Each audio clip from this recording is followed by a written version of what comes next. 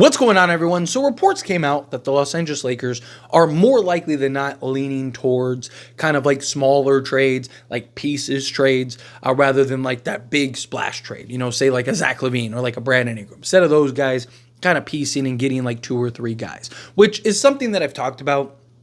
I think you need one of two things. I think either A, you need that higher end guy, a Brandon Ingram, a Zach LaVine type thing, and then, like 1 or 2 kind of mid-tier guys or like lower tier guys, or you need like 3 to 4 mid-tier to low-tier guys, right? So like, a Valanciunas and then, like 2 or 3 other guys, right? Or you need 2 like higher mid-tier guys, like a Bruce Brown and a Valanciunas, right? Like those are the options if you really want to try to turn this around and right the ship. I don't hate the idea of piecing together trades. I've kind of touched on it and talked about it in the past of like, you pluck a guy from here and here and here and here and here, right? Like I talked about athleticism, like going with youth and athleticism. I still think that that's probably, if you're not going to go the big splash trade, youth and athleticism is probably the best alternative, right? Can you go get like an Io from Chicago, add in like a Torrey Craig or like a Jalen Smith, or even all 3, right? Do something like that, and it's like, what, $15 million in salary, $17 million in salary, something like that, right? Like, and you can make a move like that and like turn Rui into like 2 or 3 guys, and then can you go like hit up the Hornets and go get like a Josh Green and a Cody Martin, right? And now you just got 3 to 5 guys that can come in. You better round out your top 8 guys that you want, and you still have guys like Max Christie and Dalton Knecht, and and maybe go pick up and pluck like a Day'Ron Sharp, and then there you go, boom. Or you could still go with the Valanciunas or something, right? So instead of going and getting like a $43 million guy, can you get, say, like 4 guys that are all making like 45 to 50 million, right? Like, again, and because there are guys out there that make sense. I mean, these are just guys that have come to mind. I was not even talking about other guys and guys we're not even thinking of that, come to light, right? Like Shake Milton is a guy. Like no one was thinking like, oh, we're going to get Shake Milton in the deal too. It was just like, oh, hey, well, that was a nice surprise. We got Shake Milton too, right? Like if the Lakers can kind of find teams that have 2 or 3 guys on their roster that maybe you can kind of pluck and take in. And look, something that I've talked about with the youth and athleticism element, you have this example from like all these top teams, right? Like look at teams like the Cavs, the Oklahoma City Thunder, the Houston Rockets, right? The Memphis Grizzlies. They have a bunch of just really, especially the Houston Rockets. Like Houston Rockets is a great example, right? But a bunch of just like athletes, right? Like they can be inconsistent. They can be, this, that, and the other, but they're still winning games. Why? Because they have athletes. They have guys, obviously Rui and Reeves and stuff like that. They're athletes, but not in like, these guys are like hyper athlete. Like they're athletic, youthful, athletic, can push the pace, do multiple things. And even when they're not scoring and stuff, they still can make an impact. They're chasing down loose balls, right? Like they're winning the 50-50 balls. They're helping rebound. They're helping defend. They're doing all the dirty work for you, right? Like that's what the Lakers really lack. Outside of Max Christie, you don't have the youth and athleticism. The other guy is Jared Vanderbilt, and you just traded for Dorian Finney-Smith. And we've seen the impact that Dorian Finney-Smith has and the ground that he can cover and how like one of the few guys that can bring it on a nightly basis. And yes, even when he's not scoring, he still is having an impact out there, rebounding the basketball, chasing down loose balls, getting deflections, playing defense, like doing these things. Same thing with like a Jared Vanderbilt. Even when he's not scoring the basketball, at least he's doing things, rebounding, getting turnovers, right? Like doing all the dirty work. Need more guys like that. If you can get 3 or 4 guys that can slot in, come in, and give you that youth and athleticism, not only does that help you for now and the future, but it also gives you guys that you can kind of count on a nightly basis.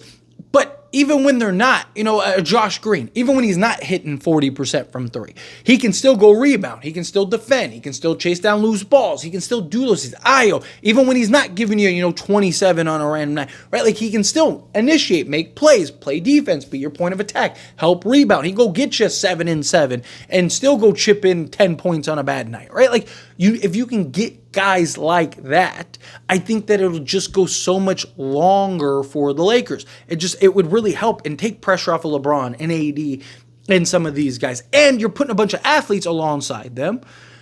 On top of guys like that can help mask Austin Reeves. Because whether we like it or not, and I'm not a fan of it, Austin Reeves is probably going to be our third guy. Whether we like it or not. Unless somebody else emerges and is just like, wow, this guy needs to be our third guy, right? Realistically, he's probably going to be our third guy. So, okay, fine. If that's the route we're going to go, that's the direction we're going to have, fine. Let's do it. But then you need to build and carve out the complementary pieces around Austin Reeves, LeBron James, and Anthony Davis. Which means you need to get athletes and defensive guys and two-way guys and guys that can help take the pressure. And guys in particular that can defend and fight through screens and navigate screens and stuff like that. The Lakers have to switch everything because they don't have a choice, right? Teams are able to hunt and target Austin Reeves because they don't have a choice, right? Max Christie even, who's been great. And I am as high on Max Christie as you could possibly be on a guy. But he still gets caught up in the traffic at times and struggles fighting through screens at times, right? So you have to switch everything because you don't have those guys. Like a guy like Jared Vanderbilt, I've talked about, can have such an impact on this Lakers roster, completely change kind of the defensive scheming on this team because you can slot him alongside of Dorian Finney-Smith, and they have the strength and navigate screens well and are able to fight through those screens in ways we don't have anyone else that can. So if you have guys like a Jared Vanderbilt, if you have guys like a Dorian Finney-Smith out there, if you can get another guy or two, right? It's one of the reasons why I like the idea of a guy like a Bruce Brown, because he can navigate and fight through screens, fight through that traffic, and now you don't have to switch everything with Austin Reeves. Now Austin Reeves isn't being targeted the way that he can because you can just tell a guy like Jared Vanderbilt, do not switch that. You fight through that and you stay with him. And now they can't go after Austin Reeves. Austin, get out of the way. I got it, right? And you can just have those guys stay in front of those guys. We need guys like that. We need ideally two-way guys like that. But you're not going to be able to get the higher-end tier guys. So do you take some flyers on, again, some of the, like, rising guys, right? Guys that are like 24, 25 that are just really athletes. John Collins is another guy I would love to have. Guy, hyper athlete, athletic, physical, can defend, can slot in, really 4 and 5, but I think he could if you really wanted to, and he has in spots, like in stints with like Atlanta and stuff like that, slotted in at the 3, defending the 3. He has the athleticism, foot speed, right? He could do it. He could stay in front of guys, right? Like, you need guys like that. I don't hate the idea of piecing it together. I would prefer, if you're not going to go like the high-end guy, I would prefer you go get kind of like that mid-tier guy. Like, go get a Valanciunas and then get like 3 kind of mid-tier guys or like lower to mid-tier guys, right? So like get that $20 million guy and then take, another $20 million in tradable salary and go get 2 or 3 other kind of low-tier guys rather than like 4 or 5. Because just Valanciunas, like a guy like a Valanciunas or, these higher-paid guys, they're higher paid for a reason. Right, because they're guys that can bring, especially a guy like a Valanciunas, he can get you, 20 and 10 pretty regularly. Right, even on a bad night, he's going to go get you 12 to 15, and he's still going to go grab 10 boards, right? and be able to make plays out of the post stuff. Like I would still rather go get kind of like, again, that higher like mid tier guy, not like the high tier all-star caliber guy, but like the next level of that. Get a higher tier guy, and then get like 2 or 3 kind of mid to low tier guys, right? Like, can you get, like I mentioned, can you get a Nikola Vucevic and an Ayo, right? Boom. Now you got that's $27 million in salary. You can easily do that. I mean, literally, Rui and Gabe Vincent get you that, right? Boom, there you go. Give up a first because you're talking about a 24-year-old combo guard, right? But you might be able to do that first and, a pick swap or something like that. Maybe even include like a Jared Vanderbilt in that deal if you have to, right? Like just to, because then if you can go take Gabe Vincent and other things and go get, like I said, go get 2 kind of 3-and-D guys. Then if you can get that, then you kind of offset the need for Jared Vanderbilt, right? So like, whatever, however you got to work it out. And then again, like I would hit up a team like Charlotte and be like, hey, we want Josh Green and we want Cody Martin, right? Like, what do we got to do? That's, again, another 20 million in salary, right? Like let's say you turn Jared Vanderbilt there. Well, then you could go, like with package center around Gabe Vincent with like Jalen Uchafino and throw in a Christian Wood, and then that gets you what? They get you like 17. Then throw in a vet minimum guy. Boom, there's your 20 million in salary. Bring in those two guys, and you're off to the races at that point, right? And then now you got, I said, a Jonas Valanciunas plus